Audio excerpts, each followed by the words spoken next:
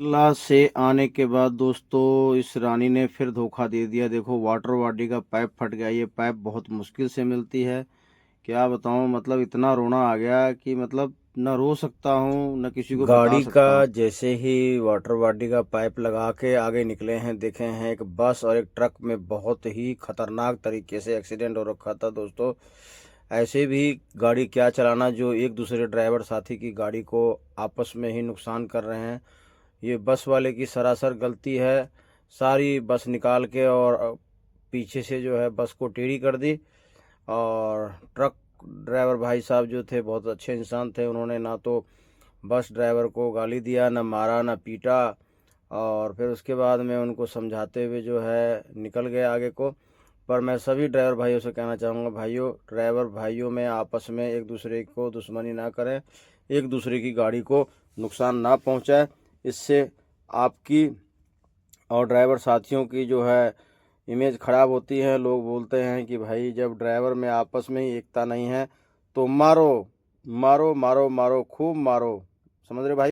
तो दोस्तों जैसे तैसे की गाड़ी को मैं अपने पंजाब से जो है गाड़ी को नारायणगढ़ बाया पोंटा साहब जो है मैंने गाड़ी पहुंचा दी उत्तराखंड में। उत्तराखंड में जैसे घुसे हैं गाड़ी ने फिर दोबारा जवाब दे दिया है। रेडियो वाटर की जो दोनों टंकियां होती हैं वो फट गई। उसके बाद में मैं गाड़ी को पानी डाल डाल के जैसे तैसे देहरादून से पहले विकास नगर पड़ता है वहाँ पे मैं ले गया। वहाँ पे ले गया तो ये जो भाई खोल रहे हैं रेडियो वाटर को, इनका दुकान था और दुकान के पास में जाके मैंने गाड़ी लगाई। ट्रैक्टर से खींच के गाड़ी को टोचन डाल के लेके गया क्योंकि पानी डाल रहा था, पानी रुक ही नहीं रहा था। पहले ऊपर वाली टैंकी फटी तो थोड़ा बहुत पानी रुक रहा था नीचे, वह नीचे वाली जब टैंकी फटी तो पानी नहीं रुक रहा था। फिर ट्रैक्टर से टोचन डाल के गाड़ी को इनके दुकान पे पहुंचाया। दुकान पे जैसे पहुंचाया भाई आए 8 साढ़े 8 बजे। फिर उन्होंने गाड़ी खोलना शुरू किया। गाड़ी जब खोली तो भाई जैसे ही गाड़ी खोल के इन्होंने रेडी वाटर बाहर निकाला, बाहर निकालते जैसे देखा कि मेरी भी आंखें की फटी की फटी रह गई।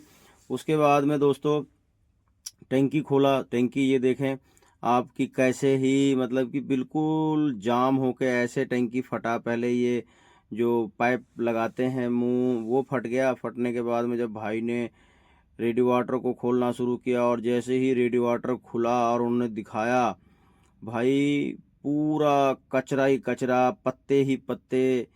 क्योंकि एक जगह खड़ी थी केरला में, आप ये देखें इस पे कितने मोटे मोटे कचरे और मोटा मोटा पत्ता लगा हुआ है। तो ये हमारी भी गलती है दोस्तों, क्योंकि जो रेडी वाटर का कूलेंट डालने का पानी डालने का जो डब्बा होता है सफ़ेद वाला, उसमें ढक्कन नहीं था। उसकी वजह से जो है इसमें धूल मिट्टी और जो है कचरा चला गया और वो कचरा जो है जाके रेडी वाटर में फंस गया और उसको रेडी वाटर को सांस नहीं मिला। इसीलिए हमारी टैंकी फट गई। पहले ऊपर वाली फटी फिर नीचे वाली फटी। उसके बाद में दोस्तों रेडी वाटर को इस भाई ने बहुत ही अच्छे तरीके से केमिकल डाल के साफ़ किया। साफ़ करने के बाद में इन्होंने बोला भाई हमारे पास सामान नहीं है। फिर देहरादून सामान पता किया, देहरादून भी नहीं मिला, पाउंटा साहब भी नहीं मिला। फिर लास्ट में इन्होंने जो है सहारनपुर में पता किया, बोला भाई सहारनपुर में है जाओ लेके आओ, हम लोग जाएंगे तो आपको एक्स्ट्रा पैसा लगेगा। फिर भाई मैंने बस पकड़ा और सहारनपुर से जाके 3 बजे मैं सामान लेके आ गया। उसके बाद में ये भाई बिल्कुल सामान को बढ़िया तरीके से ये और इनके पापा दोनों मिलके सामान फिट करने लगे। जैसे ही सामान फिट किया, फिट करने के बाद जैसे ही इन्होंने चेक किया कि देखा कि भाई सारा सामान बिल्कुल ओके हो गया है, तो भाई दिल बाग बाग हो गया। क्योंकि भाई जब आदमी ड्राइवर भाई कोई भी हो जिससे को उन्होंने चलाना जब वो ख़राब हो जाता है ना, तो इंसान को ना भूख लगती है ना प्यास लगती है, बस वो बेचैन हो जाता है। जैसे ही गाड़ी मेरी रेडी वाटर फिट हुआ, मैंने इनको पैसा दिया, पैसा दे के गाड़ी चेक करी। उसके बाद भाई मैं निकल पड़ा। निकला तो फिर आगे जाके जो है इतना परेशान था कि आगे जाके जाम था, पर गाड़ी चेक होती रही। गाड़ी फिर दोबारा गर्म नहीं हुई और पानी भी नहीं निकला। बहुत अच्छे तरीके से गाड़ी ठीक हो गई। ठीक होने के बाद में हम पहुंच गए भाइयों आपका देहरादून मिलिट्री कैंप में कैंटीन में। जैसे कैंटीन में पहुंचे पता लगा कि भाई हमें मुझसे आगे जो है 70-80 गाड़ियां हैं। उसके बाद आपका नंबर आएगा। तो मेरा जो नंबर आया दोस्तों, मतलब कि वहाँ पे एक चीज़ अच्छी थी कि वहाँ पे नहाने का, कपड़े धोने का, खाने का बढ़िया ढाबा था। तो इस वजह से जो है आदमी चाहे 1 दिन लगे, 2 दिन लगे, अब जब वो मिलिट्री वाले खाली करेंगे तभी आप मिलिट्री वाले से लड़ भी नहीं सकते, क्योंकि वो हमारे देश के सिपाही हैं, उन्हीं की वजह से हम लोग बढ़िया से रहते हैं। तो मैं लड़ा भी नहीं, बहुत सारे लोग जाके लड़ते भी थे।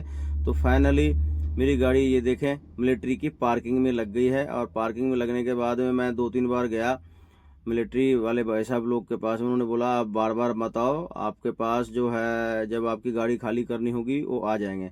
दोस्तों यहाँ पे जो देहरादून में है, एक चीज़ मुझे बहुत अच्छा लगा, चाहे आप जो मर्जी करें, जैसा मर्जी करें, जो आपका नंबर है उसी टाइम आपका नंबर की गाड़ी खाली होगी, आपका नंबर कोई काटेगा नहीं, कोई नहीं काटेगा। रूल है यहाँ पे, क्योंकि मिलिट्री में आप लोगों को पता ही है दोस्तों कि जो उनका जो रूल होता है, रूल बिल्कुल सख्त होता है, आम आदमी से हट के रूल होता है। जो रूल एक बार बन गया उसी हिसाब से काम होगा। तो जैसे ही मेरा नंबर आया तो मुझे बुलाया गया कि भाई आओ भाई अपनी गाड़ी खाली कराओ। तो ये देखें आप, आपके सामने में है मेरी गाड़ी खाली हो रही है। मेरी गाड़ी से देखो माल उतर रहा है। तो जैसे माल उतरना शुरू हुआ, जितना मर्जी परेशान था, मैं बहुत ज़्यादा खुश हुआ। बने रहिए।